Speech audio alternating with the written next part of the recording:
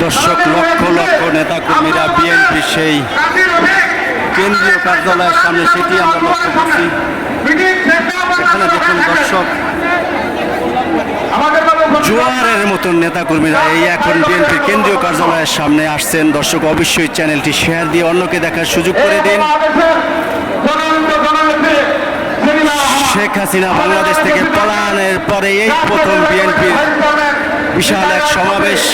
আমাদের মাঝে উপস্থিত হয়েছেন জাতীয় নির্বাহী কমিটির চেয়ারপারসন উপদেষ্টা কমিটির সদস্য অ্যাডভোকেট মাসুদ আহমেদ তালুকদার, চেয়ারপারসন উপদেষ্টা কমিটির সদস্য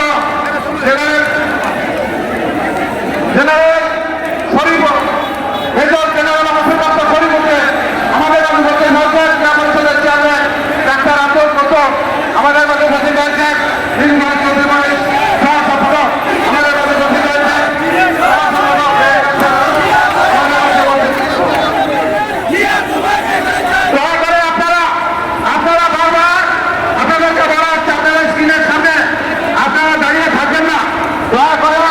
আপনারা স্ক্রিনের সামনে কেউ দাঁড়িয়ে থাকবেন না।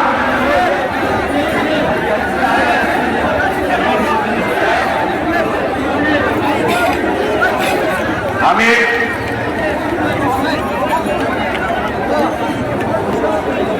আসিফ আহমেদ,